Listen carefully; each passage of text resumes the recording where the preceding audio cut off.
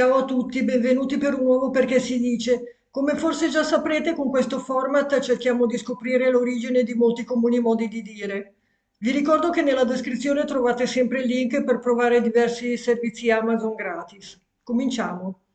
Numero 1, Giardino all'italiana. Il Giardino all'italiana è un'organizzazione geometrica del giardino dei palazzi signorili che è stata adottata alla fine del periodo rinascimentale e che prevedeva di creare zone di verde squadrate con una scelta anche sulla tipologia di piante e la presenza di fontane.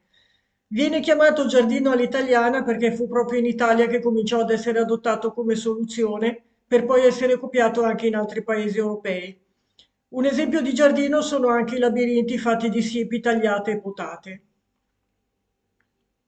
Numero 2. Perché si dice nouvelle cuisine?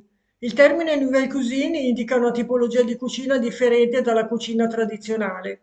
L'espressione significa appunto nuova cucina. Questa terminologia è stata diffusa da alcuni critici gastronomici francesi per indicare il particolare movimento culinario sorto in Francia negli anni 70. Questo modello predilige una cucina sana, naturale, con tempi di cottura ridotti, utilizzo di prodotti stagionali che valorizza l'estetica del piatto. Il termine nouvelle cuisine è da molti considerato in termini di negatività perché è ritenuta una cucina caratterizzata da pietanze molto costose, in genere servite con porzioni ridotte rivolte a una clientela benestante. I 10 comandamenti della nouvelle cuisine sono: non cuocerai troppo, utilizzerai prodotti freschi e di qualità, alleggerirai il tuo menù, non sarai sistematicamente modernista, ricercherai tuttavia il contributo di nuove tecniche, eviterai marinate, frullature, fermentazioni, eccetera, eliminerai le salse e i sughi ricchi. Non ignorerai la dietetica, non truccherai la presentazione dei tuoi piatti, sarai inventivo. Numero 3, perché si dice è stata una mattanza. Quando diciamo è stata una mattanza, intendiamo evidenziare che un certo evento ha comportato danni notevoli oppure ha avuto conseguenze particolarmente negative.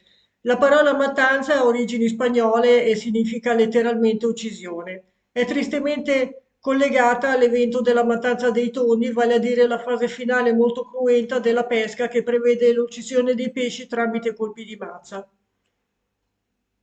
Numero 4, perché si dice quarto d'ora accademico. Il quarto d'ora accademico è un modo di dire che fa riferimento a un uso in voga soprattutto in passato relativamente all'orario di inizio delle lezioni tenute all'università, che veniva ritardato appunto di 15 minuti. Come ben sappiamo, un suono delle campane era utilizzato per scandire il tempo reale e nei paesi avvisando gli abitanti sull'orario preciso. Quindi studenti e professori delle università più antiche sapevano che allo scoccare di una certa ora avevano 15 minuti di tempo per raggiungere l'ora dove si sarebbe tenuta la lezione. Oggi ovviamente non abbiamo più bisogno di ascoltare le campane per organizzare le attività della giornata, ma il modo di dire quarto d'ora accademico è rimasto per indicare un inizio ritardato e in un certo modo considerato lecito da tutti di un'attività. Numero 5, perché si dice exit poll? Exit poll, ormai sentiamo dire queste parole al telegiornale ogni volta che ci sono elezioni in Italia, che sia per eleggere un nuovo governo, un nuovo sindaco o per un referendum.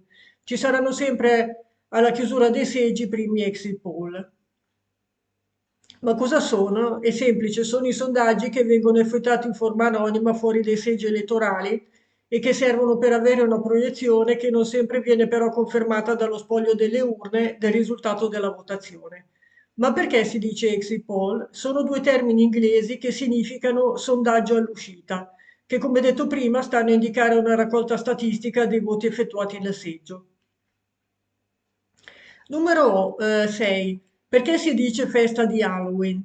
La festa di Halloween è una festività di origine celtica che si svolge la sera e la notte del 31 ottobre. Questa festa è diffusa in varie nazioni e si festeggiano gli spiriti dell'occulto. Durante la festa molte persone si travestono da streghe o mostri vari. Il nome deriva da All Hallow Eve, che sta a significare vigilia di tutti i santi. Il simbolo di Halloween è la Jack-o'-lantern, ossia una zucca nella quale viene intagliato il volto di un mostro.